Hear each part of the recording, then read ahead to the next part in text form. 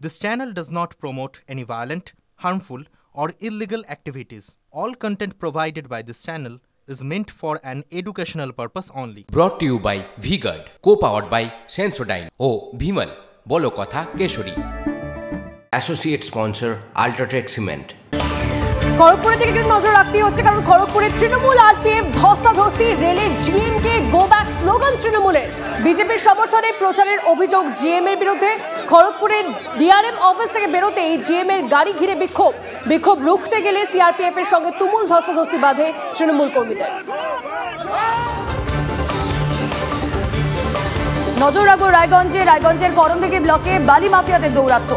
অভিযোগ, নাগর নদীতে প্রকাশ্যে চলছে বালি মাটি মাফিয়াদের কারবার। নদীর বুক থেকে জেসিবি দিয়ে বালি মাটি তুলে ডাম্পার ট্রাক্টর দিয়ে চলছে পাচার। গতিপথ বদলাচ্ছে নাগর নদী। জমিহারা কৃষকরা, আতঙ্কে এলাকার বাসিন্দারা। প্রশাসনকে জানিয়েও কোনো সুরাহা হচ্ছে না বলে অভিযোগ। প্রশাসনকে বুড়ো আঙুল দেখিয়েই দিনের পর দিন কিভাবে চলছে এই কারবার, উঠছে প্রশ্ন। এটি মাটি কাটছে দাদা, মাটি কেটে সব ডাম্পার জিসিবি নিয়ে মাটি নদীর পাশ থেকে মাটি কেটে নিয়ে যাচ্ছে বালি মাফিয়ারা। এতে আমরা গ্রামবাসী দুঃখিত, আমরা কিছু বলতে পারছি না ভয়ে। প্রশাসন দাদা বলতে পারছি না দাদা কি করছে, রায়গঞ্জ থানা পুলিশ কি করছে, করণদিঘি থানা পুলিশ দাদা কিছু বলতে পারছি না, সব ওরাই দাদা। এটা লোকমুখে শুনছি, হ্যাঁ, শোনার পরে আমরা প্রশাসনকে জানাচ্ছি। প্রশাসন আসছে, কাজ বন্ধ হচ্ছে, আবার 2 দিন থাকার পরে আবার শুরু হচ্ছে। এভাবে দীর্ঘদিন থেকে চলে আসছে। এটা সঠিক কোনো সুরাই হচ্ছে না। এরকম আবারও আমরা প্রশাসনকে জানাচ্ছি, কি পদক্ষেপ নেওয়া যায় দেখছি। কঠোর ব্যবস্থা নেব, প্রশাসনকে জানাবো। নাগর নদীর এই ধ্বংসের পেছনে তৃণমূল এবং 2 ব্লকের প্রশাসন ওতপ্রোতভাবে জড়িত, এবং তৃণমূলের বুথ সভাপতি থেকে শুরু করে ব্লক সভাপতি এবং স্থানীয় যে প্রধান রয়েছে, প্রধান সেখানে গাঁজাখুরি কথা বলছে বলে জানি না, ওনার প্রধান হওয়ার যোগ্যতা নেই।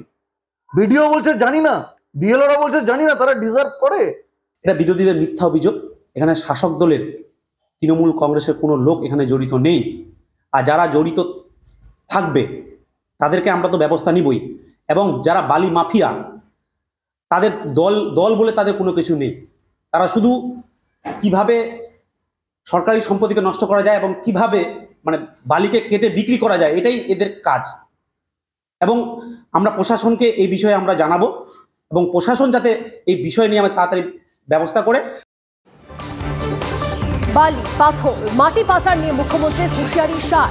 ময়নাগুড়ির একাধিক নদী থেকে অবাধে ও দেদার বালি পাচারের অভিযোগ। ধরলা, জর্দা, জলঢাকা নদী থেকে প্রশাসনের সামনেই পাচারের অভিযোগ।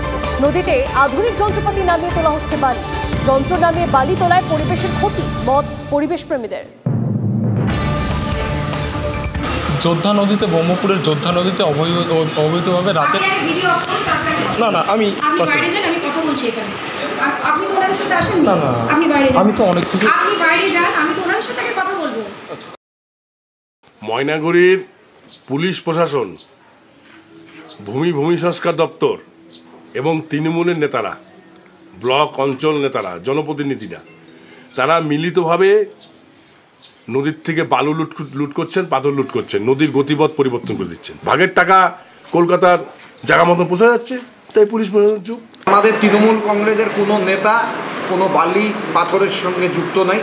এখানে আমার ধারণা বিজেপির কোনো নেতা বা কর্মীরাই এরা যুক্ত আছে, কিন্তু নিজেদের অস্তিত্ব টিকিয়ে রাখার জন্য তৃণমূল কংগ্রেসের নেতা নেতৃত্ব দোষারোপ দিচ্ছে।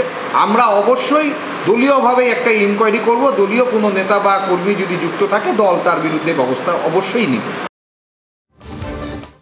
পরিবেশ হিসাবে একটাই কথা বললে, সেখান থেকে যদি অবৈজ্ঞানিক পদ্ধতিতে যদি বালি পাথর তোলা হয় বা বালি বের করা হয়, তাহলে কিন্তু কোথাও না কোথাও সমাজের একটা বড় ক্ষতি হবে।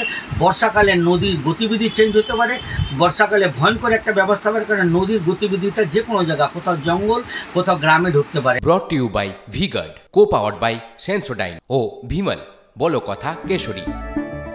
Associate sponsor Ultratech Cement।